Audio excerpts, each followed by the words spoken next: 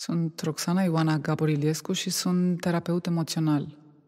Ideea acestei meditații mi-a venit în timp ce, împreună cu inginerul de sunet Mișu Constantinescu, înregistram cartea Călătoria, The Journey, acel instrument emoțional prin care poți să-ți reglezi anumite traume din trecut prin trecerea prin straturile emoționale. În aceste zile în care România este parcă cuprinsă mai mult ca oricând de frică, am simțit și noi ce înseamnă acest lucru și cumva proiectul ne-a fost atins și el de coronavirus. Locul în care înregistram fiind închis în secunda în care s-a descoperit un caz. Atunci am înțeles că este nevoie ca oamenii să știe cu ce se confruntă, să știe de fapt ce este acest coronavirus și nu venind cineva să le spună, ci pur și simplu ducându-se în ei. Deci dacă ești pregătit sau pregătită să faci o călătorie în tine însuți și să vezi de fapt de ce ți-e teamă și cum ai putea să întâmpini orice urmează să se petreacă cu tine, cu familia ta, cu cei dragi sau cu toți cei din jur, să întâmpini altfel, cu o altă atitudine, ascultând, de fapt, din înțelepciunea corpului tău, de ce au trebuit să se întâmple toate aceste lucruri. Deci dacă simți că această meditație îți este de folos, ți-o oferim cu drag. Iar acum te invit să îți găsești o poziție confortabilă, undeva unde în următoarele 20-30 de minute nu vei fi deranjat și lasă ca orice sunete vei auzi în afara meditației să fie doar o chemare ca tu să te concentrezi și mai mult către tine, ca tu să te duci din ce în ce mai mult către tine și să-ți asculți sinele divin. Închide ochii și lasă acum ca în jurul tău să simți toți acei îngeri, acei ghizi pe care știi că i-ai și i-ai avut întreaga viață. Și ei sunt cei care acum îți ghidează acest proces pentru binele tău, al celor dragi și al celor din jurul tău. Și de ce nu? Pentru binele întregii specii umane. Inspira adânc și lasă ca fiecare parte a corpului tău să se relaxeze și simte cum se relaxează acum fruntea și maxilarele. Simte mandibula relaxată și lasă să simți cum de pe umeri îți cad poverile și îngrijorările pe care le-ai avut în ultima perioadă. Și fiecare respirație îți relaxează și mai mult organele interne, apoi inima și apoi șoldul și picioarele. Și cu încă o respirație simte cum din tălpi îți cresc rădăcini care se duc adânc, adânc până la stratul de cristale al pământului. Și acolo se înfășoară în jurul cristalului tău de putere. Și vezi, simți sau știi care este. Și lasă să se ducă acolo toate toxinele acestor timpuri, toate emoțiile pe care le-ai preluat fără să vrei, uitându-te la televizor sau ducându-te într-un magazin sau pur și simplu mergând pe stradă în energia altor oameni. Și preia de la cristalul tău de putere toate cele energii benefice de care vei avea nevoie în acest proces și în următoarea perioadă. Și simte cum această energie urcă prin chakra rădăcină. Și fiecare chakra se umple de această lumină, una câte una, până când, prin chakra coroană, iese ca o fântână arteziană și te inundă cu această lumină și cu această iubire. Iar această fântână te unește cu cerul și practic tu nu mai ești altceva decât o coloană de lumină între cer și pământ. Și din această stare de relaxare totală, imaginează-ți în jurul tău locul tău preferat, acel loc din natură în care ai fost și te-ai simțit în perfectă siguranță, în care te-ai simțit una cu tot universul. Și doar observă unde ești. Pe munte, pe o poieniță, pe o plajă, lângă un râu, într-o pădure. Oriunde ai fi, observă fiecare detaliu, cu cele 5 simțuri. Inspiră adânc și simte ce fel de aer este. Sărat. Simte pe piele cum este vântul. Auzi toate sunetele din jurul tău. Și chiar vezi dacă simți un gust anume.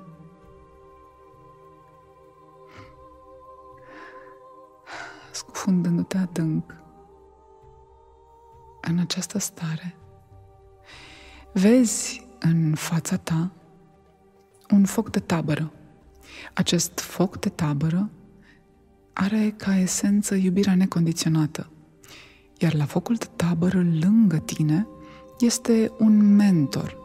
Iar mentorul este această ființă plină de înțelepciune în care ai totală încredere. Poate fi un înger, un arhanghel sau o persoană în care ai încredere totală în ceea ce privește evoluția spirituală, ceea ce se întâmplă acum pe planetă. Chiar dacă îl știi sau nu îl știi sau este doar o ființă de lumină, mulțumește-i că este acolo. Și povestește-i despre ceea ce simți în legătură cu coronavirus. Și în timp ce începi această discuție, vezi cum din depărtare vine o ființă. O ființă care reprezintă coronavirus. Este energia pură a acestui virus.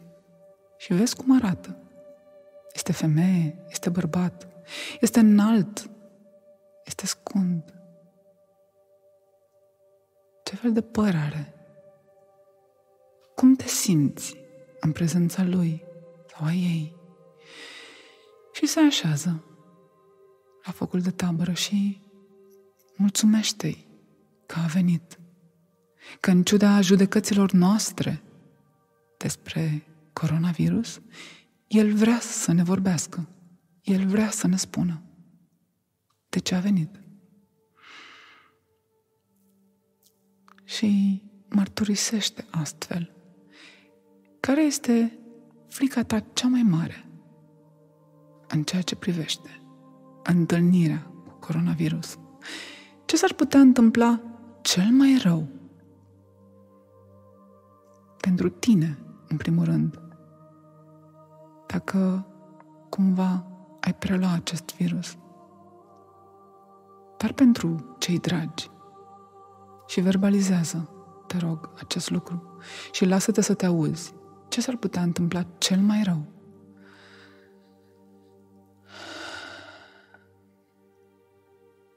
indiferent că cel mai rău este izolarea sau chiar moartea. Întreabă-te și dacă acesta s-ar întâmpla. Ce s-ar putea întâmpla și mai rău? Și extindeți aria la care te gândești. Ce s-ar putea întâmpla cu toți cei dragi ție? Ce s-ar putea întâmpla cel mai rău la nivel de România dacă această situație ar continua? Ce s-ar putea întâmpla cel mai rău la nivel de Europa? La nivel planetar? Și întorcându-te la tine, ce s-ar putea întâmpla cel mai rău cu tine dacă această situație ar continua la nesfârșit? Dacă n-am avea niciodată siguranța că putem să ne continuăm ceea ce facem, că putem să ieșim din casă, că putem să fim sănătoși. Simte ce simți și verbalizează, astfel încât să te auzi și tu și să simtă și să audă și mentorul tău și întruchiparea acestui virus.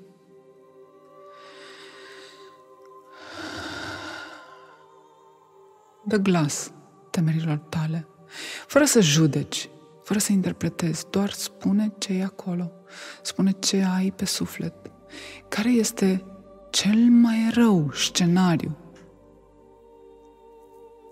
pe care poți să-l simți. Și chiar simte la nivelul corpului unde este această frică, unde se localizează. Și lasă acel organ să se elibereze complet cu tot ce este acolo și tu stai chiar în mijlocul acelei emoții și vezi ce este de desubt.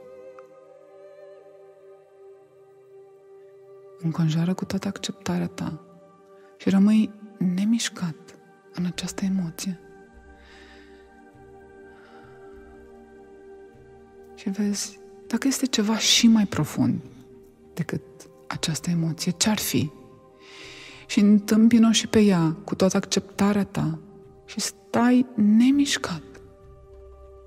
Și vezi în cel mai rău și mai rău scenariu, în cele mai profunde dintre emoții, ce mai este? Și lasă-le să se elibereze una câte una. Simte ce este și mai profund. Și mai profund.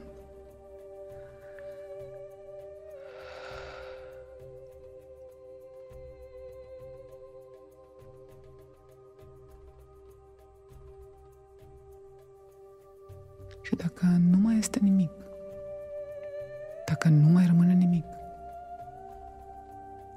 ce rămâne?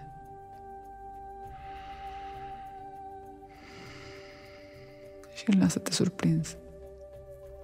De ce rămâne? Cine ești tu în acest nimic?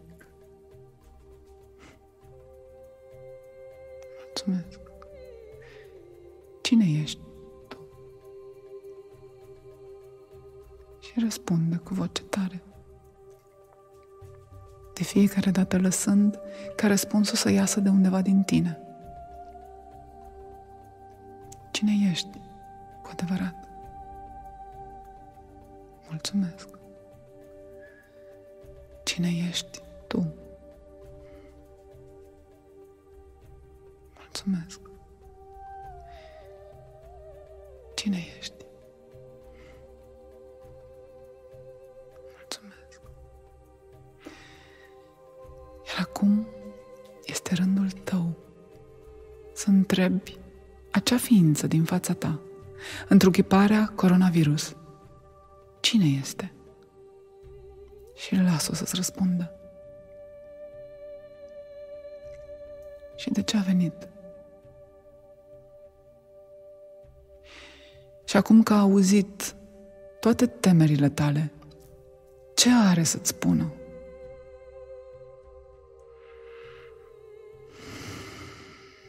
Dacă ar veni sau dacă a venit în viața ta, cu ce lecție a venit. De ce? Și lasă ca acea lecție pentru tine personal să ți-o dăruiască chiar așa, ca un dar. Și vezi cum arată fizic darul pe care corona a avut sau îl va avea de împărtășit cu tine. Și întreabă mai departe, care este lecția pe care poporul nostru o are de învățat? Dar specia umană.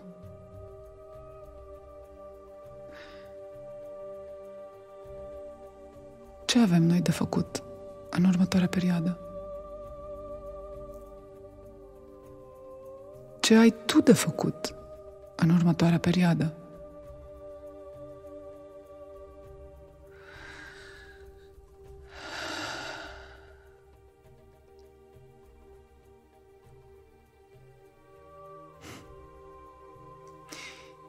Și ascultând toate acestea de la nivelul sufletului, întreabă-te, învățând aceste lecții pe care le-ai auzit acum, ce s-ar putea petrece cel mai bine? Cu tine, în primul rând.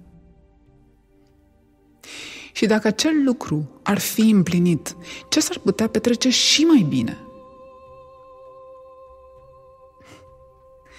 Și dacă și acel lucru ar fi manifestat, care ar fi cel mai bun scenariu care s-ar putea derula în viața ta, dar în viața familiei tale, în viața celor dragi, a prietenilor? Ce ai putea face tu în această perioadă ca să conteze, ca să ajuți pe cei din jurul tău, pe cei dragi sau, cine știe, poate mai mult? Care ar fi următoarea treaptă pe care acest spirit te învață să urci, te invită să urci? Iar dacă mintea ta îți blochează accesul la înțelepciune, lasă-ți mentorul să-ți spună care poate fi cel mai bun scenariu care s-ar putea petrece în viața ta, a familiei tale, a neamului tău, a întregii umanități. Și vezi asta, simți asta prin toate celulele tale, prin toate simțurile tale, miroase care ar fi cel mai bun scenariu care ar putea ieși din această aparentă tragedie.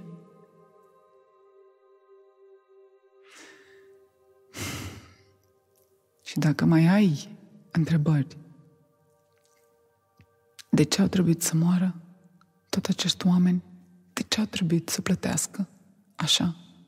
Întreabă-ți mentorul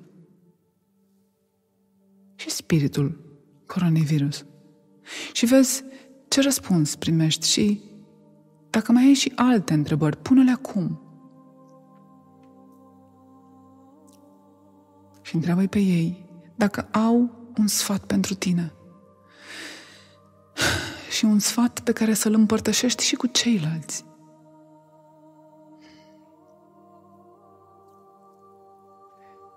Dacă tu ai trecut deja prin această experiență sau ai trecut alături de cineva drag, întreabă de ce a trebuit să treci tu prin aceste experiențe dureroase.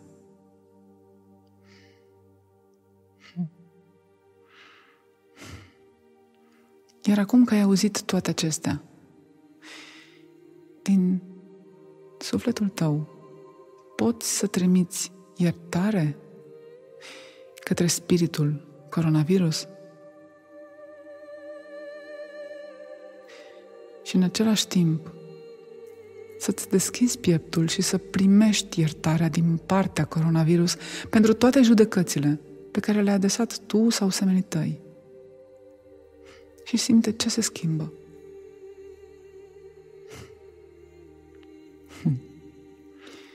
Și mulțumește-le. Și dă-i tu un cadou coronavirus. Indiferent că e vorba de o promisiune a ceea ce vei face sau un cadou fizic. Și vezi cum se simte când cineva înțelege rolul pe care îl are în societate. Indiferent dacă a fost făcut sau venit. Și mulțumește-i mentorului și lasă-i pe amândoi să se dizolve în lumina focului de tabără.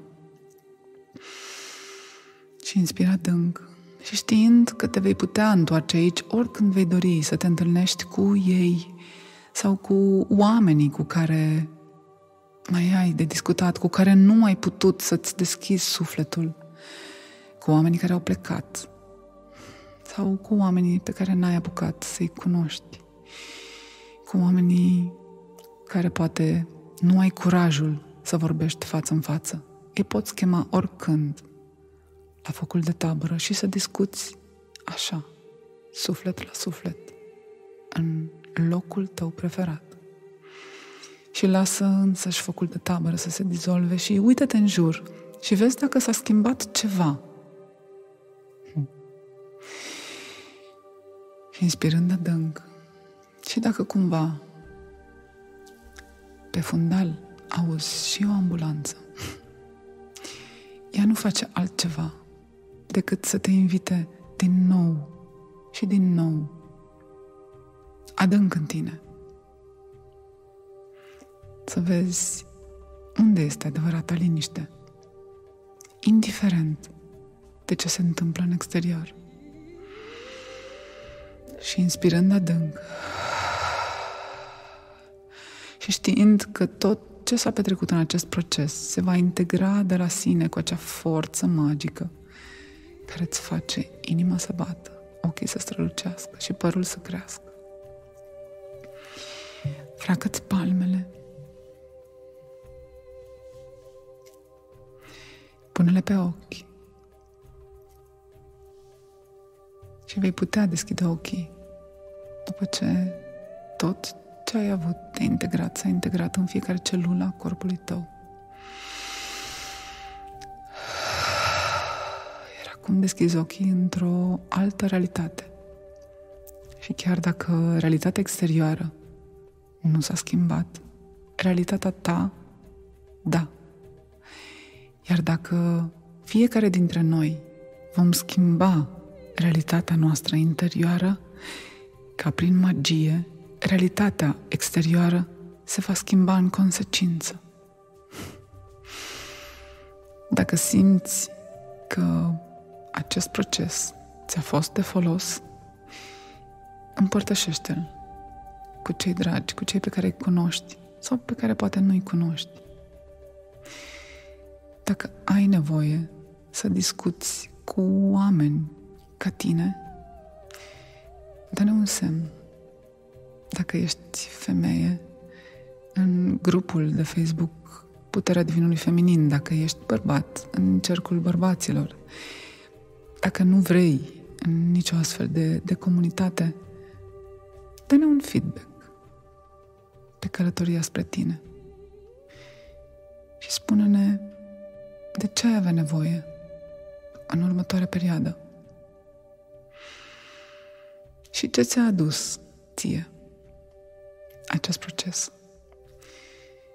Îți mulțumim, îți mulțumesc și îți doresc ca sufletul tău să poată să se exprime din ce în ce mai plenar și să poată prelua conducerea în viața ta pentru binele tău, a celor de lângă tine, a poporului român și a întregii umanități. Pot părea cuvinte mari, dar în aceste clipe avem posibilitatea să schimbăm întregul joc. Avem posibilitatea să-l creăm exact așa cum ne dorim. Important e să știm cum ne dorim și dacă vom visa toți la fel, visul va deveni realitate. Nu este nevoie să fim la fel. Nu este nevoie să trăim împreună zi de zi. E important să ne dorim un singur lucru și cu puterea noastră adunată, acel lucru se va manifesta. Îți mulțumesc să ai o zi, o noapte, o săptămână, o lună și o viață binecuvântată. Pentru că dacă tu vei avea asta, voi avea și eu.